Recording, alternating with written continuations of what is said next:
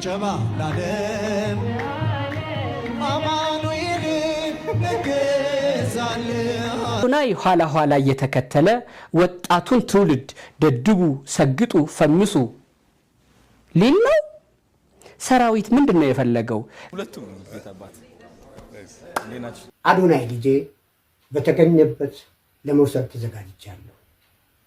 እግዚአብሔር ሐሳቡን ያመጣው አዶናይ ተፈቶ መኪናውን ሲያስረክቡት አብሬያችሁ ደስ ይለኛል። ሰላም ጤና ይስጥልኝ። እንደምናችሁ ውድ የአዶናይ አድናቂዎች በሙሉ እንኳን ደስ አላችሁ። አዶናይም እንኳን ለቤት አበቃ። አዶናይም ብቻ አይደለም ለቤት አበቃ ስንለው ተወዳጇ ቲክቶከር ጃኒ፣ ሌሎችም አሉ አብረው የታሰሩ። እንግዲህ ሁላችሁም እንኳን ለቤታችሁ አበቃችሁ እያልኩትኝ አንድ ነገር መናገር እፈልጋለሁ። እንግዲህ በማህበራዊ ገጽ ላይ አንዳንድ ነገሮች ተመልክተናል። አዶናይ ከታሰረበት ዕለት ጀምሮ ወይ ሌሎች ቲክቶከርም ከታሰሩ ቀን ጀምሮ በጣም አወዛጋቢ የሆኑ ነገሮችን ተመልክተናል።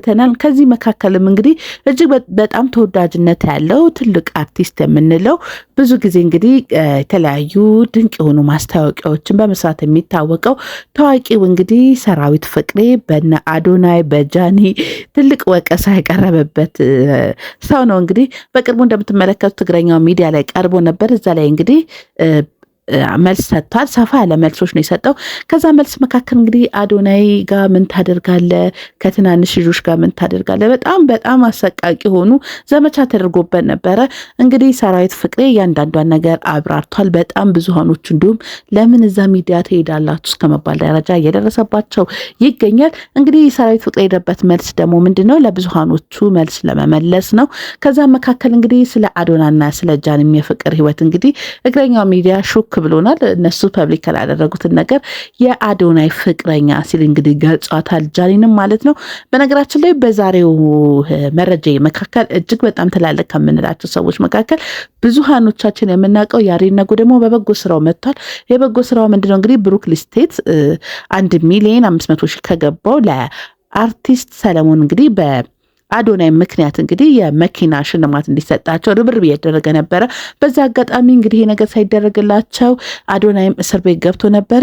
ፎሎሩም እየጨመረ ነበር። መሀል ላይ ግን በነበረው ፍራቻ ቀዝቀዝ ብሎ የነበረ ቢሆንም የብሩክ ስቴት ግን መኪናው እንደሰጣቸው ሰምተን ነበረ። በዛ መሀል እንግዲህ ያሬድ ነጉ ምን ብሏል?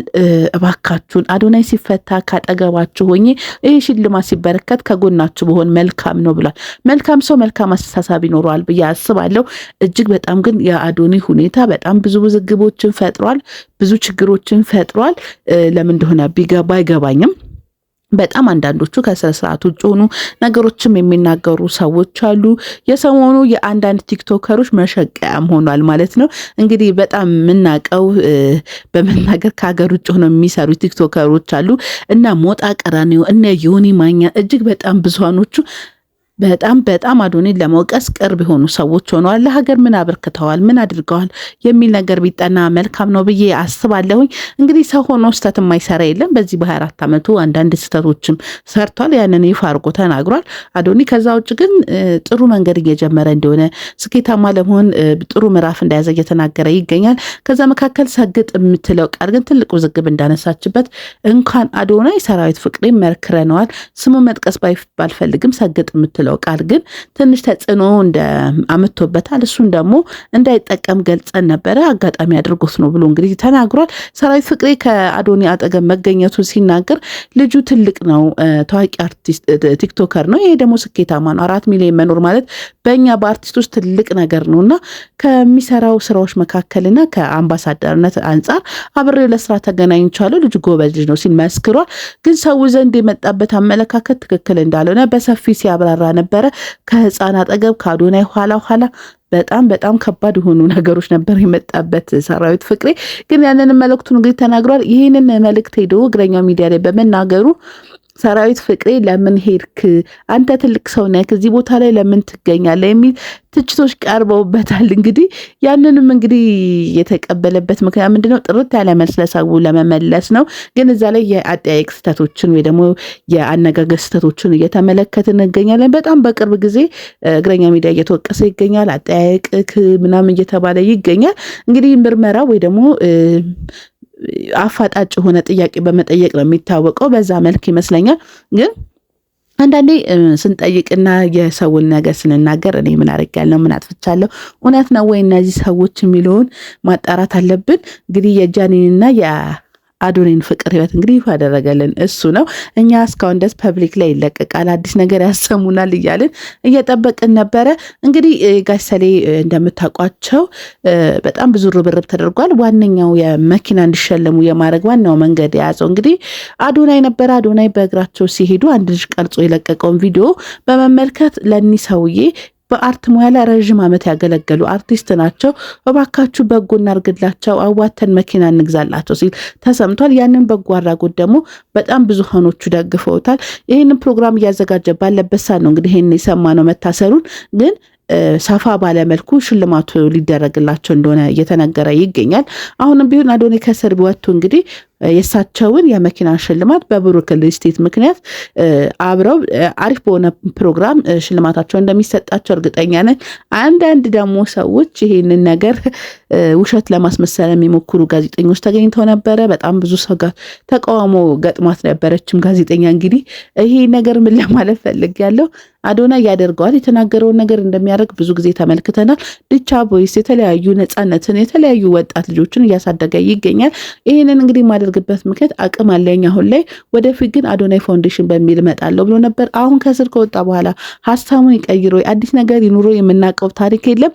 ግን በጣም ብዙ ግቦች ተመልክተናል። የማንጠብቃቸው ሰዎች ሲናገሩ ልጁ እንደተረዳው ያልተረዱ ሰዎች እንደበዙ ተመልክተናል እና ይሄ ነገር ምንድነው? ወዴት ነው እያመራ ያለው የሚለውን አናውቅም። አዶናይ ወደ ቀድሞ ነገሩ ይመለሳል ወይ? ወደ ቀድሞ በዩቲዩብ በቲክቶክ ላይ በሚያደርገው ስራዎች የተሻለ ሆኖ ይመጣል ወይስ አይመጣ የሚለውን በሂደት የምናየው ነገር ይሆናል። እንግዲህ አዶናይ እስር ቤት ሲገባ 3.9 ሚሊዮን ነበር ተከታይ የነበረው። አሁን ግን 4 ሚሊዮን ምናምን አልፎ እንግዲህ በጣም ብዙ ሰዎች ቲክቶክ እየገቡ ኬክ እየቆረሱ በጎ አድራጎት እያደረጉ በስሙ በጣም ብዙ ነገሮች እንቅስቃሴ እየተደረገ ነበረ።